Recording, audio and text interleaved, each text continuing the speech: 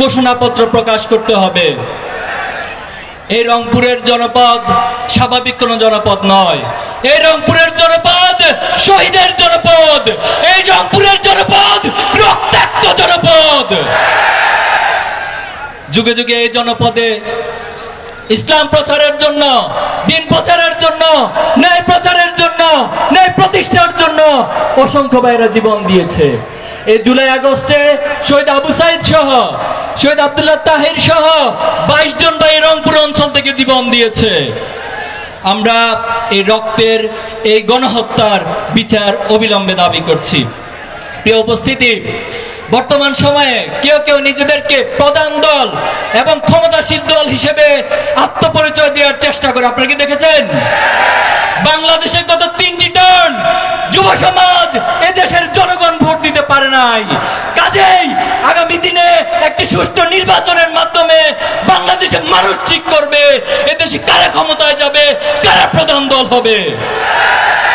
সংগ্রামী উপস্থিতি, এই রংপুরকে অতীতে রংপুরের মানুষকে ব্যবহার করে, রংপুরের মানুষের আত্মত্যাগকে ব্যবহার করে ক্ষমতাকে কাজে লাগিয়ে নিজের অট্টালিকা পাহাড় করেছে, কিন্তু রংপুরের সুষম উন্নয়ন আমরা দেখিনি। আমরা দাবি করছি এখানে যারা উপস্থিত আছেন নেতৃবৃন্দ, যারা আগামী দিনে এই রংপুরকে নেতৃত্ব দিবেন, আপনাদেরকে এই রংপুরের সুষম উন্নয়নের জন্য অগ্রণী ভূমিকা পালন করতে হবে। পাশাপাশি রংপুরের দীর্ঘদিনের যে আকাঙ্ক্ষা তিস্তা মহাপরিকল্পনা, এই পরিকল্পনা বাস্তবায়নের জন্য সরকারকে যথাযথ এবং কার্যকরী পদক্ষেপ গ্রহণ করতে হবে।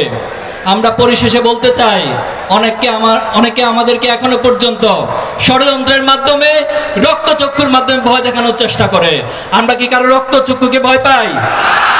আমরা কি কারো রক্তচক্ষুকে ভয় পাই?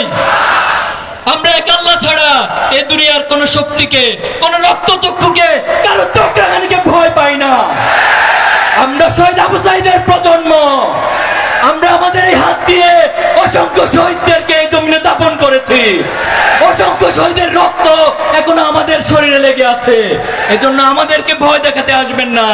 যারা বাংলাদেশকে আগামী দিন নেতৃত্ব দিবেন, এই যুব সমাজের, ছাত্র সমাজের সাইকোলজিকে ভুলে, তাদের সাইকোলজিকে বোঝার চেষ্টা করে সে আলোকে দেশকে গড়ার চেষ্টা করবেন।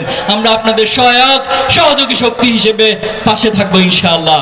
আগামী দিনে এই বাংলাদেশ হবে ন্যায় এবং ইনসাফের বাংলাদেশ। এই বাংলাদেশ হবে ফ্যাসিস্ট মুক্ত বাংলাদেশ। এই বাংলাদেশে এমন নেতৃত্ব আসবে যারা হবে সৎ, যারা দক্ষ এবং দেশপ্রেমিক। সেই বাংলাদেশ গড়ার দৃঢ় প্রত্যয় ব্যক্ত করে আমরা আমাদের শেষ রক্তবিন্দু দিয়ে সেই বাংলাদেশ প্রতিষ্ঠিত হওয়া পর্যন্ত আমাদের লড়াই সংগ্রাম অব্যাহত রাখবো ইনশাআল্লাহ। বাংলাদেশ জিন্দাবাদ, ইসলামী ছাত্র শিবির জিন্দাবাদ। সাহসিকতা ও বীরত্বের প্রতীক